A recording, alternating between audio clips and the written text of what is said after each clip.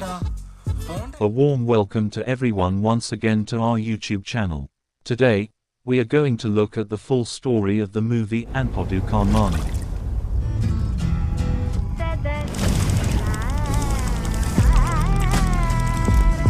So without further ado, let's get into the full storyline of today's movie.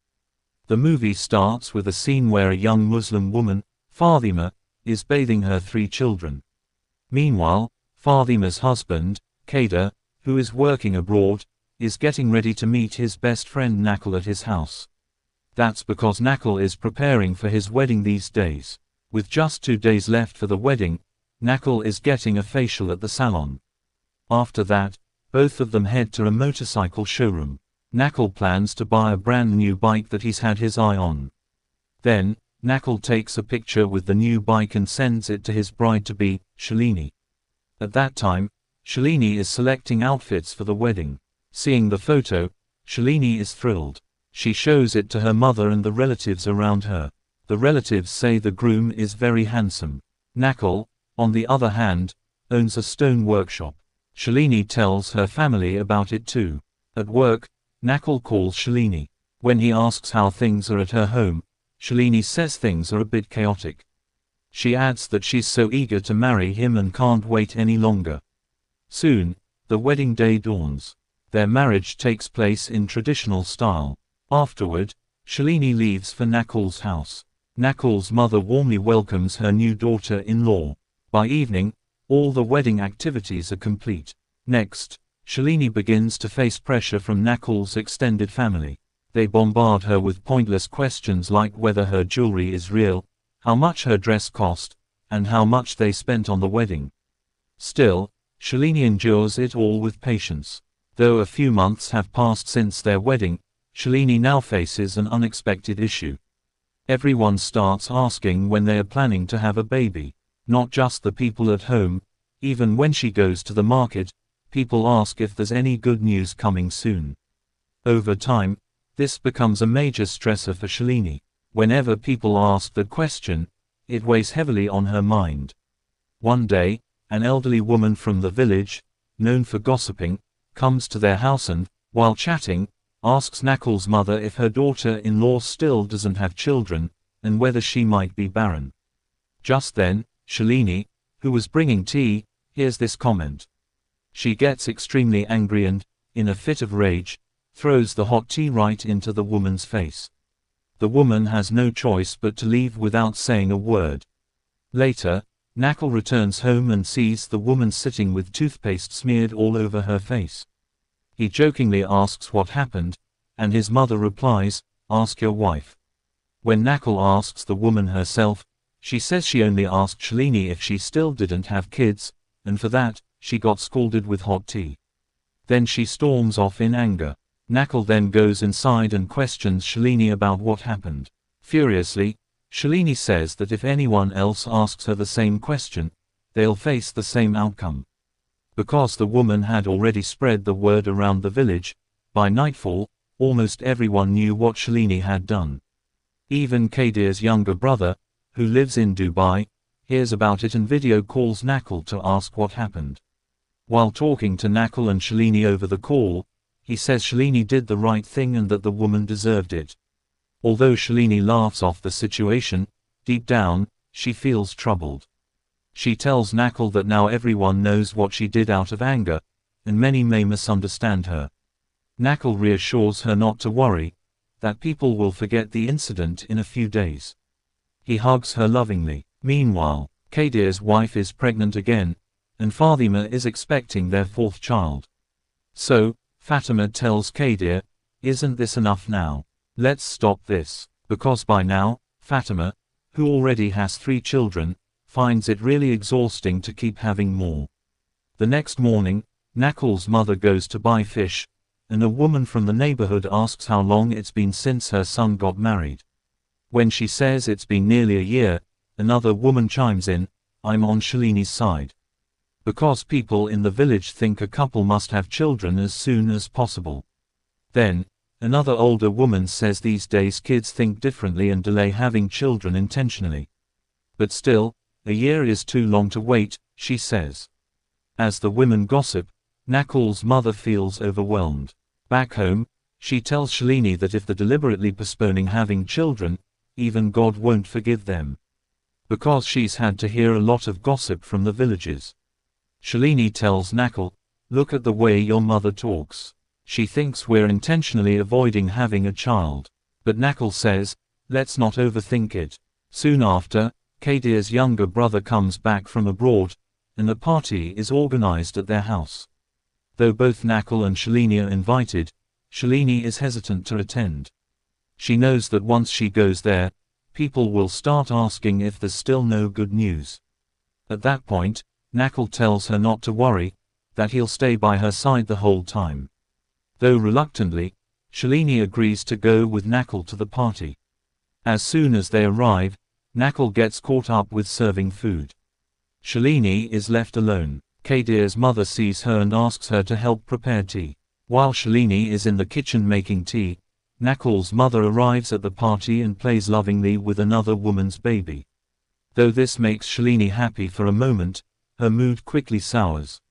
She realizes Nakul's mother is playing with someone else's child because she doesn't have one. While making tea, a mother with a small baby enters and asks Shalini if there's a place to breastfeed. Shalini kindly brings a chair and sets up a spot. She watches as the baby feeds lovingly from his mother, and forgets all her worries for a moment. Soon after, the mother tells Shalini that she needs to go to the bathroom and asks her to hold the baby for a bit. Shalini takes care of the baby with great love. But her joy is short-lived. An elderly woman bursts in and asks where the baby's mother is. When Shalini says she went to the bathroom, another woman says, "It's bad luck to let a barren woman hold a baby." This deeply hurts Shalini. She hands the baby back and goes to get some food. There, she meets Fatima, Kadir's wife. Fatima tells her not to care what others say. She says, "Honestly, it's good to enjoy life freely for a while without kids. Once you have one, your whole day revolves around the baby." So, during the conversation, when Fatima was about to eat, her twin bananas were on the table. A woman who was there told Fatima not to eat them. She said that if she did, she would end up having twins again. Along with that, another woman who was there said to Shalini, "Let Shalini eat those twin bananas, then, sooner or later, she will also have at least one child." Hearing all this deeply hurts Shalini. She leaves without eating and returns home. At that time, Nakul comes home looking for Shalini and asks what happened. Shalini replies, "You weren't there to see what happened, right?" She says, "Not having children isn't just my issue, is it? Everyone keeps asking me about it. And you don't have any answers either, do you?" She questions Nakul. Then Nakul, frustrated, tells Shalini that everything started because of her, and that he's tired of hearing the same thing over and over again. He says he's leaving to do something he wants and goes back to the party. At that moment, the pain Shalini had been holding inside for so long becomes even heavier. Because even though she always hoped Nakul would stand by her, this incident makes her feel extremely sad and lonely. The next morning, Nakul eats breakfast alone. Seeing that, his mother asks if the two of them had a fight. When Shalini says yes, the mother tells her to take a glass of water to Nakul. When Shalini brings the water, Nakul apologizes.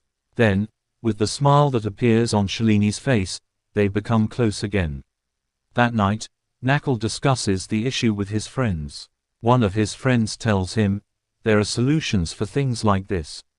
If you plan your timing properly, everything will be fine." Then this friend explains the female menstrual cycle to Nakul and tells him how to identify fertile days. With this new knowledge, Nakul, who previously knew nothing about it, gains a new sense of hope. That same night, Nakul explains it all to Shalini. With a new solution to their problem, both of them feel truly happy. Days pass, and the day they had been waiting for finally arrives. That night, after dinner, Nakul rushes into the bedroom. That night, with new hope, they come together as one. About 5 days later, Nakul tells his mother, Amma, Shalini's period is 5 days late. So now they think maybe there's new hope for a baby. However, that night, Shalini tells Nakul that her period started. With that, their hopes are once again shattered.